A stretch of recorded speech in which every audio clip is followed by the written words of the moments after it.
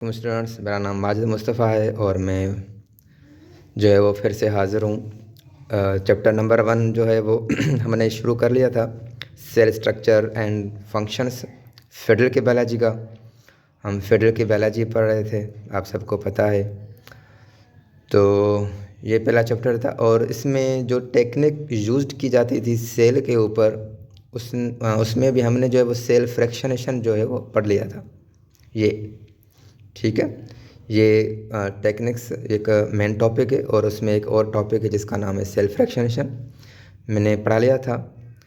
अब जो टेक्निक और यूज़ होती हैं सेल के ऊपर, वो देखते हैं कौन सी है। अच्छा, ये है, ठीक है। तो इस टेक्निक को कहते हैं डिफरेंशियल स्टेनिंग। ये एक ऐसी टेक्निक है जिसको स्टेनिंग टेक्निक भी कहा जाता है, ठीक है। स्टेनिंग टेक्निक भी कहा जाता है। वो इसलिए कि जो स्ट्रक्चर आप देख रहे हैं माइक्रोस्कोप के ऊपर, ठीक है, उसके दरमियान एक डाइज यानी कलर जो है वो अप्लाई हो जाए। जो भी बायोलॉजिकल स्ट्रक्चर आप देखते हैं माइक्रोस्कोप पर, तो उसके दरमियान जो है वो एक कलर जो है या डाइज जो है वो अप्लाई हो जाए, क्योंकि वो उसका बैकग्राउंड जो है ना वो चेंज हो जाता है। फिर जब बैकग्राउंड चेंज हो जाएगा तो आपको वो जो स्ट्रक्चर जो आपने रखी है माइक्रोस्कोप पर, वो आपको क्लियर नज़र आ जाएगी। और यहाँ पर यही सेम बात लिखी हुई है कि जो भी स्ट्रक्चर है उस पर जो है वो एक कलर और यहाँ डाइज जो है वो अप्लाई हो जाए, ठीक है। अच्छा, ये क्यों जो है वो टेक्निक यूज़ की जाती है? क्योंकि बायोलॉजिकल स्ट्रक्चर, अच्छा मैं बायोलॉजिकल स्ट्रक्चर जो वर्ड कह रहा हूँ उसका मतलब ये है कि आप न्यूक्लियस को देख रहे हैं। आप बॉडी के अंदर जो भी सेल्स हैं, अब सेल की जो स्ट्रक्चर्स है उसको देख रहे हैं। तो उसके लिए जो है वो अलग अलग जो है वो कुछ केमिकल यूज़ किए जाते हैं। उस केमिकल के इस्तेमाल होने से बाद में जो वो कलर अप्लाइड हो जाता है उस स्ट्रक्चर पर। तो इस प्रोसेस को हम स्टेनिंग कहते हैं, स्टेन्ड कहते हैं, ठीक है। तो जो आप स्ट्रक्चर देखते हैं ना वो ट्रांसपेरेंट होती है और ऊपर से आप लाइट भी लगाते हैं देखने के लिए, तो वो अच्छे तरीके से माइक्रोस्कोप पर ज़ाहिर नहीं हो पाती, ठीक है। इसलिए कुछ केमिकल यूज़ किए जाते हैं ताकि एक जो है वो बैकग्राउंड कलर बन जाए और जो स्ट्रक्चर आपने रखी है वो क्लियर नज़र आ जाए। अच्छा, इस टेक्निक में आप 1 स्टेन या 2 स्टेन जो है वो यूज़ कर सकते हैं। जो केमिकल होते हैं वो आप जो है वो एक बार भी इस्तेमाल कर सकते हैं और 2 बार भी इस्तेमाल कर सकते हैं। मिसाल के तौर पर न्यूक्लियस को स्टेन करना चाहते हैं तो आप उसके लिए आपने बोरॉक्स कार्बन इस्तेमाल किया है, ठीक है। इसको कहते हैं सिंगल स्टेनिंग, क्योंकि आपने एक ही केमिकल जो है वो उस पर डाला है, ठीक है। वो सिंगल स्टेनिंग कहा जाता है उसको। अच्छा, बोरॉक्स कार्बन ये यहाँ पर लिखा हुआ है बोरॉक्स कार्बन जो है, ठीक है। ये जो है वो एक रेड कलर जो है वो जो आप इस स्ट्रक्चर में देख रहे हैं, ठीक है, यहाँ पर। तो ये एक रेड कलर जो है वो अप्लाई करता है न्यूक्लियस के दरमियान में, आसपास जो है वो एक बैकग्राउंड बन जाता है रेड कलर का। और ये एक अल्कलाई फ्लूइड है, बोरॉक्स जो कार्बन है वो एक अल्कलाई फ्लूइड है। वो बना होता है बोरॉक्स का, कार्बन का और वाटर भी यानी H2O भी होता है। ये एक कंपाउंड है, अल्कलाई है, ठीक है। तो ये एक कलर रेड पैदा करता है और हम कहते हैं भाई रेड न्यूक्लियन स्टेन, ठीक है। और हमने ये एक इस्तेमाल किया तो इससे हम कहेंगे सिंगल स्टेनिंग, ठीक। जब आप 2 स्टेन इस्तेमाल करते हैं, मिसाल के तौर पर आपने हेमोटॉक्सिलिन और दूसरा आपने ईओसिन जो है वो इस्तेमाल किया है, इसको कहते हैं भाई डबल स्टेनिंग, ठीक है। यहाँ पर लिखा हुआ है एक का नाम है हीमोटॉक्सिलिन, ये यहाँ पर है, और एक का नाम है ईओसिन। अब आपने 2 स्टेन इस्तेमाल कर लिए तो आप इसको कहेंगे भाई डबल स्टेनिंग। यहाँ पर एक सिंपल सी बात लिखी हुई है मैं आपको अच्छी तरीके से बताता हूँ। यहाँ पर बस ये लिखा है कि भाई आपने न्यूक्लियस को स्टेन करने के लिए हिमोटॉक्सिलन डाल दिया, आपने साइटोप्लाज्म को देखने के लिए जो है वो स्टेन करने के लिए जो है वो आपने ईओसिन इस्तेमाल कर लिया, 2 स्टेन हो गए, डबल स्टेनिंग किया, ठीक है। लेकिन इन दोनों केमिकल जो है वो हिमोटॉक्सिलिन जो है या ईओसिन जो है, इसके लिए मैं आपको एक और बात भी बताता हूँ। ये हिस्टोलॉजी में बड़े काम आते हैं। हिस्टोलॉजी एक ब्रांच है बायोलॉजी की, जिसको कहा जाता है भाई स्टडी अबाउट टिश्यूज़। जब आप टिश्यूज़ को देखते हैं तो उसमें ये वाइडली यूज स्टेन जो है वो मेडिकल में जो है वो यूज़ किए जाते हैं, ठीक है ना। तो हिमोटॉक्सिलिन एक ऐसा स्टेन है, ये आप नोट कर दीजिएगा। हिमोटॉक्सिलिन एक ऐसा स्टेन है जो न्यूक्लियर कंपोनेंट्स के लिए इस्तेमाल किया जाता है। मिसाल के तौर पर आपने क्रोमेटिन जो डीएनए का स्ट्रक्चर होता है, उसको जो है वो आपने स्टेन करने के लिए इस्तेमाल कर लिया, ठीक है। और जो ईओसिन है, ईओसिन स्टेन जो है वो साइटोप्लाज्मिक कंपोनेंट्स के लिए इस्तेमाल किया जाता है, जिसमें शामिल है भाई आपने जो है वो मसल फाइबर देख लिए, इलास्टिक फाइबर देख लिए, कोलेजन एक प्रोटीन है, रेड ब्लड सेल्स हैं, उसके लिए जो वो एक ईओसिन जो है वो स्टेन किया जाता है, उसको देखा जाता है, ठीक है। तो ये इसको कहते हैं भाई डिफरेंशियल स्टेनिंग, स्टेनिंग प्रोसेस। किसी को कलर कर देना, किसी को डाइस कर देना, किसी को स्टेन कर देना, ठीक है, या किसी को कलराइजेशन कर देना। ये प्रोसेस, ये टेक्निक सेल के ऊपर इस्तेमाल होती है और इसको कहते हैं भाई स्टेनिंग, ठीक है। अब आते हैं एक और टॉपिक पर। ये भी एक टेक्निक है जिसको हम कहते हैं माइक्रो डाइसेक्शन, ठीक है, माइक्रो डाइसेक्शन कहते हैं। और ये एक ऐसा ट्रेडिशनल मेथड है जिसमें आप किसी भी पार्ट को निकाल के स्टडी कर सकते हैं, ठीक है।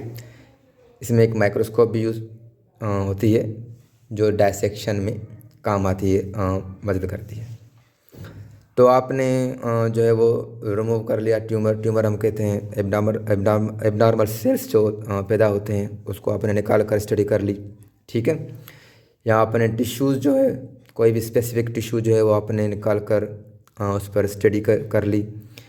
या कोई सेल है, ब्रेन के सेल हैं या हार्ट के सेल हैं, नर्व सेल्स हैं, उसको किसी भी पार्ट का जो है वो सेगमेंट जो है वो निकाल कर आप स्टडी कर सकते हैं। उसके लिए एक लार्ज टीवी स्क्रीन की ज़रूरत पड़ती है, मोटर उसके लिए एक इमेज बनती है, तो आप इस टेक्निक को जो है वो इस्तेमाल कर सकते हैं। तो इसके लिए मैंने आपके लिए एक आसान सी जो है वो मिसाल पहले से यहाँ पर बना ली थी कि आपको समझा सकूँ कि यह माइक्रो डाइसेक्शन क्या होता है। तो मिसाल के तौर पर आपने एक क्रोमोसोम्स ले लिया, ये क्रोमोसोम्स, ठीक है। अब आप चाह रहे हैं कि भाई मैं जो है वो इस पार्ट को, इस सेगमेंट को निकाल कर जो है वो स्टडी करूँ।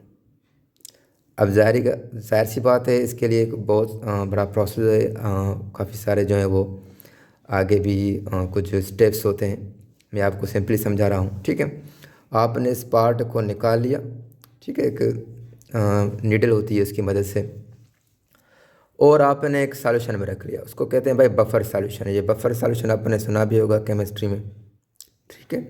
ये पीएच को इधर उधर करने नहीं देता, जो चीज़ जिस कंडीशन में पड़ी रहती है वो उसी पर पड़ी रहती है, ठीक है।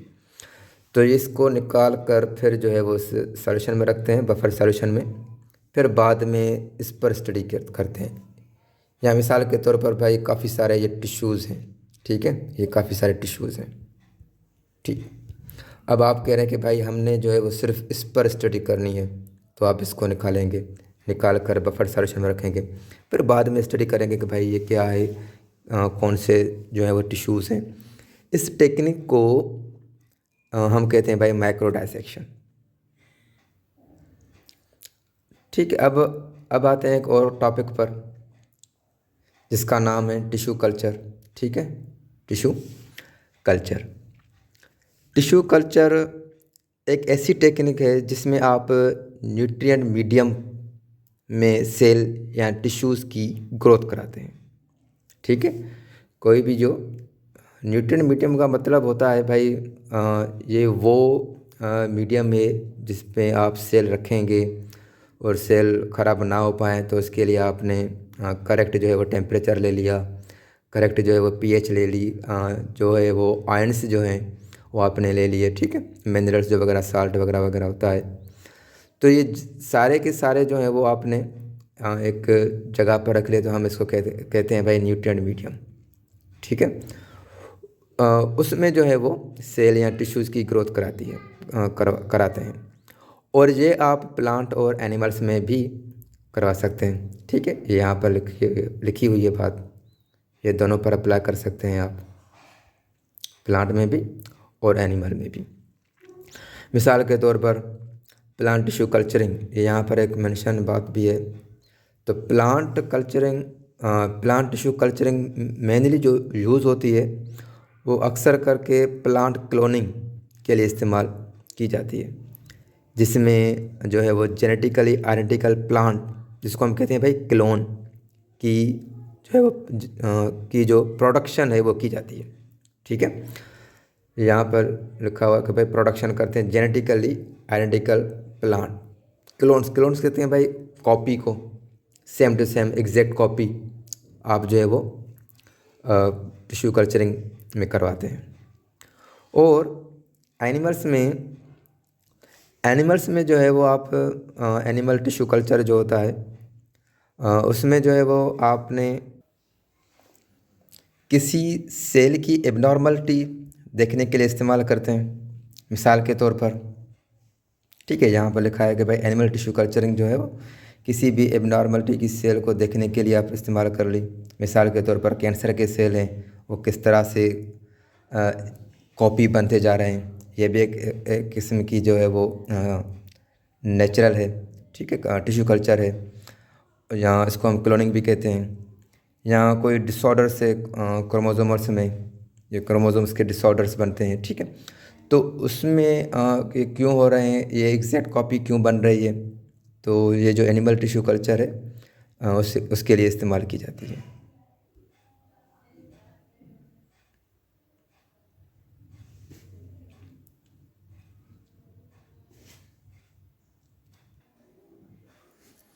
अब एक और टेक्निक है जिसका नाम है क्रोमेटोग्राफी।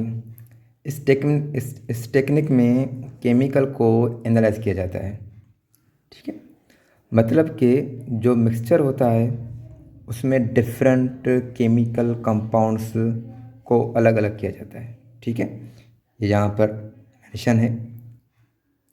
ये क्रोमेटोग्राफी ऐसी टेक्निक है जो इस्तेमाल की जाती है सेपरेट करने के लिए। किसको, एक कोई भी मिक्सचर ले लिया आपने सेल का। ठीक है, अब उस सेल के अंदर जो भी केमिकल है कंपाउंड है वो आपने अलग अलग कर लिए। ठीक है, तो मिसाल के तौर पर इसने दिए भाई प्रोटीन है, अमाइनो एसिड है, फोटोसिंथेटिक पिगमेंट्स हैं। तो इस क्रोमेटोग्राफी में डिफरेंट टाइप्स होती है, लेकिन यहाँ पर इसने दी है पेपर क्रोमेटोग्राफी। ये एक सिंपल मेथड है और मोस्टली यही इस्तेमाल किया जाता है, टेक्निक के तौर पर यही इस्तेमाल किया जाता है। इसमें दो फेस होते हैं, एक का नाम है स्टेशनरी फेस और दूसरे का नाम है भाई मोबाइल फेस। ठीक है, ये स्टेशनरी फेस है, ये मोबाइल फेस है। मोबाइल फेस में जो है वो सेलुलोज फिल्टर पेपर होता है, ये है वो पेपर। ठीक है, और जो मोबाइल फेस है उसमें जो मोबाइल फेस होता है वो एक ऐसा सॉल्वेंट होता है जिसमें वो मिक्सचर डिज़ोल्व किया जाता है।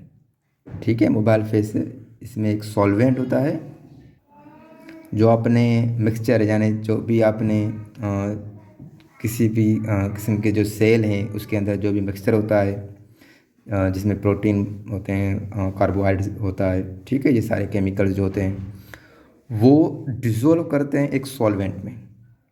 ठीक है, उस मिक्सचर को जब मिक्सचर वो ट्रेवल करता जाता है पेपर पर, तो जो मिक्सचर था उसके अलग अलग डॉट्स बनना शुरू हो जाते हैं। ये यहाँ पर डॉट्स हैं। ठीक है, ये बनना जो है वो शुरू हो जाते हैं। पेपर पर डिफरेंट डिफरेंट हिस्से में ये डॉट्स जो है वो बनना शुरू होते हैं। इस पेपर को हम नाम भी देते हैं, इस पेपर को नाम देते हैं भाई क्रेमेटोग्राम। यहाँ पर मेंशन है क्रेमेटोग्राम जो है वो एक पेपर होता है, ठीक है। इस पर जो है अलग अलग डॉट्स जो है वो बनना शुरू हो जाते हैं। फिर वो डॉट्स जो है वो निकाल कर अलग से एनालाइज करते हैं कि भाई ये किस चीज़ का जो है वो केमिकल है, इसकी स्ट्रक्चर, इसकी बनावट कैसी है। फिर वो बाद में पता चलता है कि भाई ये जो है वो इसके इस सॉल्यूशन के अंदर ये जो है वो केमिकल मौजूद थे, ठीक है। तो ये भी एक क्रोमेटोग्राफी, ये भी सेल के ऊपर जो है वो टेक्निक यूज़ की जाती है।